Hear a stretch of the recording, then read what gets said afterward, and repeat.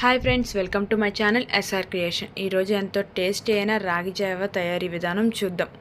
ఇది సమ్మర్ టైంలో చాలా మంచిది. చిన్నపిల్లలకు కానీ షుగర్ పేషెంట్లు కానీ ఎవరైనా తాగొచ్చు. హెల్త్కి చాలా మంచిది.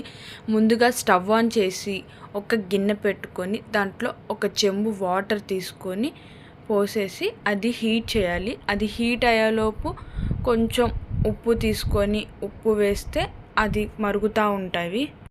ఒక గిన్నె తీసుకొని దీంట్లో 5 స్పూన్ల రాగి పిండి వేసుకోండి. నాకు ఒక చెంబు నీళ్ళకి 5 స్పూన్ల రాగి పిండి పట్టింది.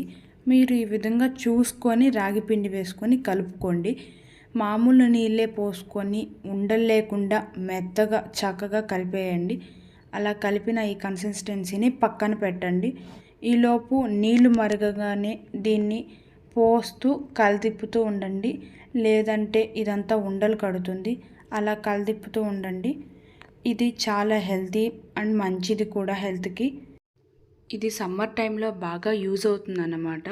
మార్నింగ్ మనం ఇది తాగితే డీహైడ్రేషన్, దావాద్రి ఇలా ఏమీ అవ్వదు. దానికోసం నైట్ టైమ్స్ చేసుకుంటే ఇది చాలా బాగుంటుంది. ఇలా 2-3 మినిట్స్ కుక్ అయిన తర్వాత స్టవ్ ఆఫ్ చేసి దించేయండి. ఆ తర్వాత దీన్ని చల్లారి పెట్టండి. ఇది చల్లారిన తర్వాత ఎలా ప్రిపేర్ చేసుకోవాలో నేను చూపిస్తాను. ఆ విధంగా మీరు చేయండి, చాలా టేస్టీగా వస్తుంది. ఒక చెంబులో 2-3 స్పూన్స్ పెరుగు వేసుకొని ఇలా చిలకండి. చిలికిన దాంట్లో కొంచెం వాటర్ వేసి ఇంకొంచెం సేపు బాగా చిలకండి.